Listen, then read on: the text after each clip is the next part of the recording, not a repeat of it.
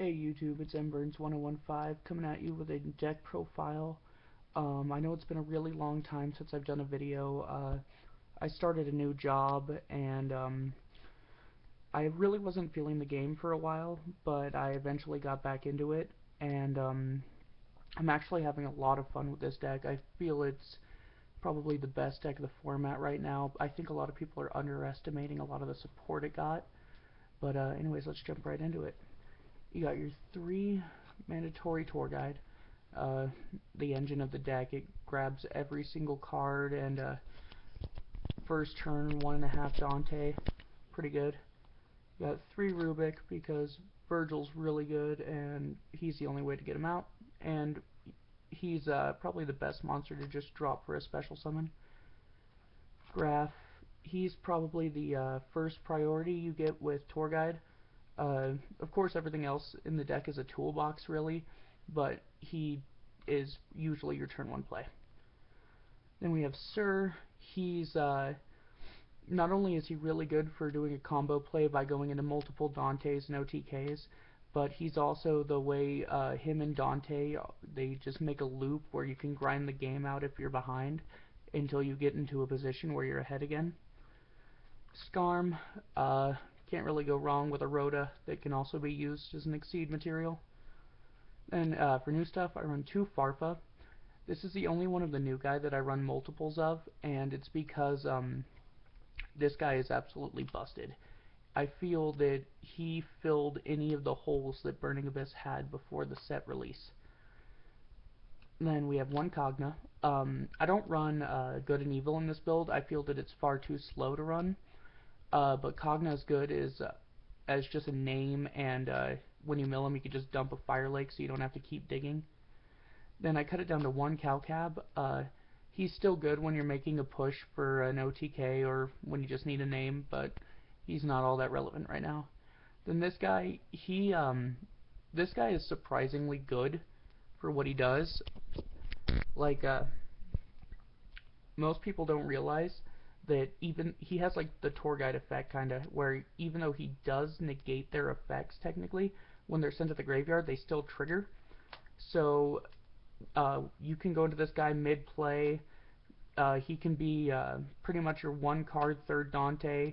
He can allow you to drop a dead Burning Abyss in your hand.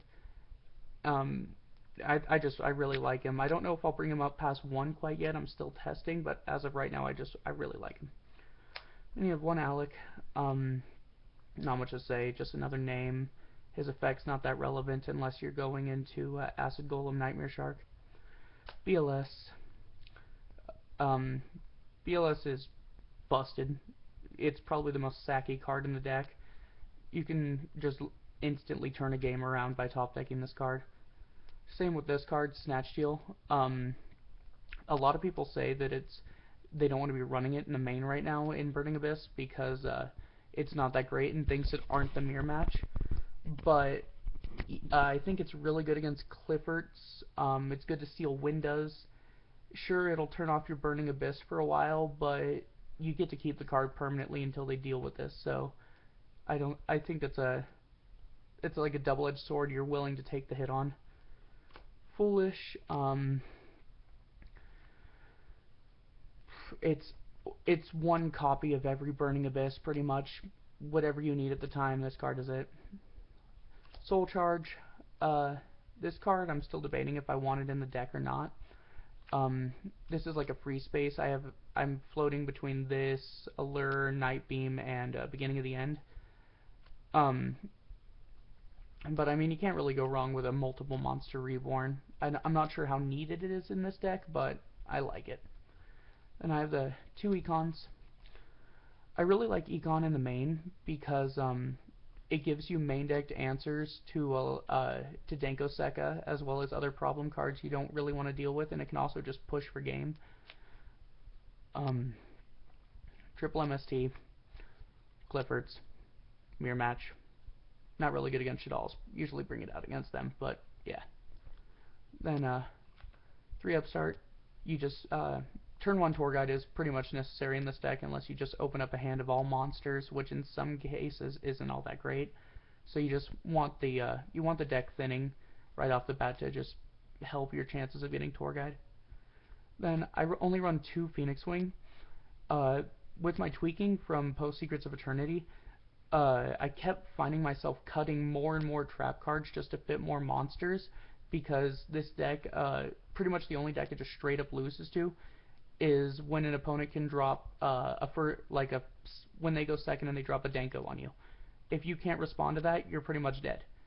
It's not always game, but it's still probably like the most difficult play this deck has to deal with. So just making it a little less painful is alright. I still run more traps than a lot of other people. Like for some reason I see people cutting it just down to like 2 Fire Lake and that's it, or just no traps whatsoever. And I feel that's just not the way you should be running the deck. At least just run Fire Lake. The card's too good.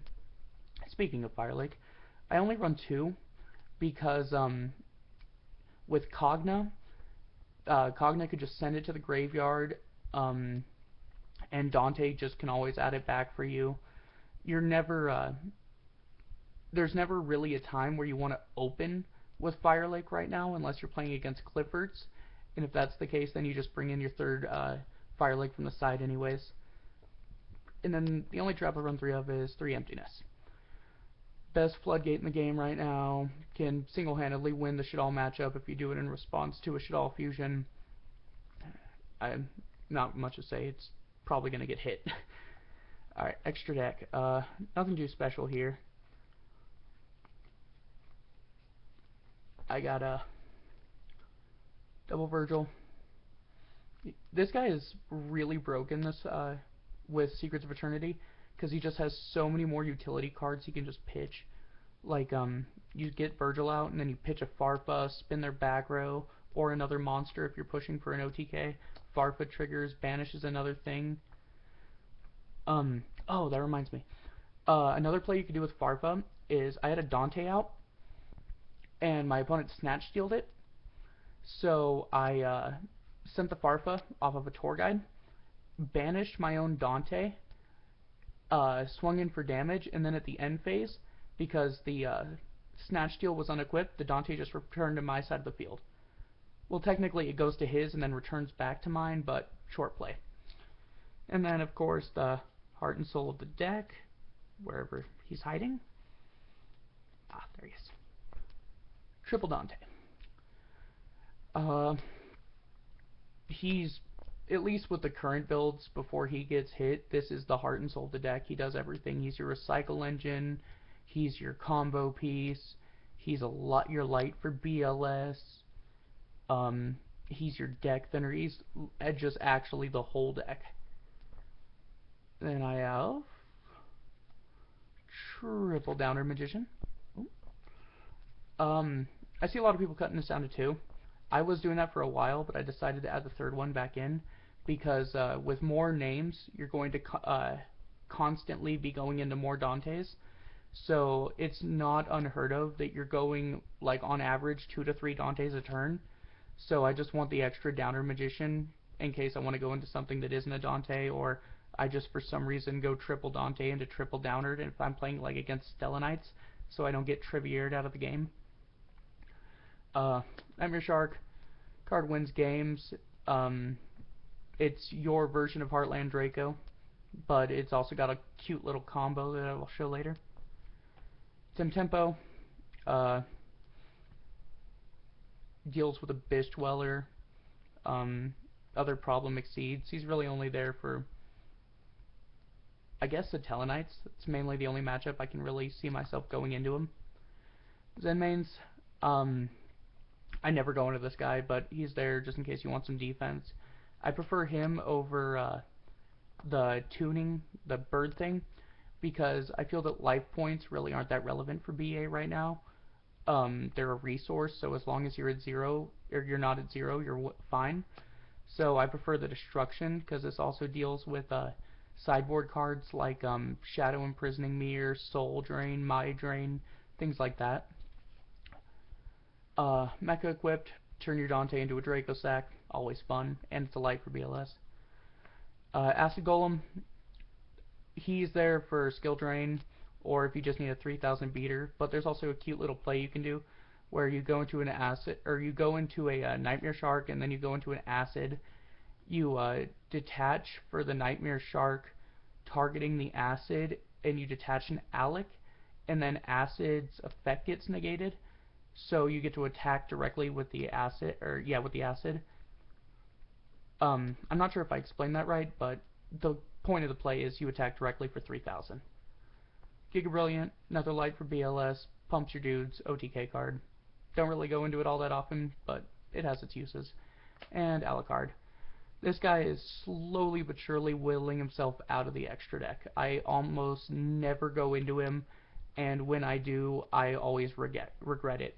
There's not enough back row in the game for him to be actually that relevant, but I think because the extra deck is just so loose in this deck, you really only need the first 5, maybe 7 if you count Downard. So everything else you can just do what you want, like rank up magic. So I play this guy for like novelty use, just like maybe there's one time where I just have to have an Alucard. So yeah, that's the deck. If you guys want, I can show you some cool plays you can do with the new Burning Abyss monsters, like how there was this one game where I had no back row, but I had a Fire Lake Engrave, and I had a Dante, a Sir, and that was it. So I went to main phase 2. I overlaid the Dante into a what's it called, Downard. Sir blew himself up because I controlled a non-burning abyss, and then I special summoned a Farfa from my graveyard. I targeted my own what's it called, my own Downer Magician to detach the Dante. The Dante added the Fire Lake back to hand, and I still had like an effect negated Rubik from a Libic, and then like one, and then yeah, like one other card. I don't remember what it was, but since I was able to get the Fire Lake back off of the Dante, I was able to just set it and then just set my opponent back so far on their turn. So there's a lot of cute little plays you can do. The deck's not as linear as it used to be. I know there's a lot of people that are going to say it is, but there's just actually a ton of things you can do. Don't forget to comment, rate, subscribe. If you have any suggestions or questions, put them in the comments and I'll make sure to answer you. I want to make an apology. I didn't get a chance to make the Dragon Ruler combo video because, as I had stated in the beginning of this video, I got a new job and I didn't go to any events for about 2 months. So in that time, I had sold all of my cards, and the only reason I have this is because I bought it all back with my paychecks. So when I was going to make the Dragon Ruler combo video, life got in the way, and I just can't do it anymore. I might try and do one like on DevPro or DN for you guys if you really want it, but that's the situation. Alright, well, thank you for watching my Burning Abyss deck profile.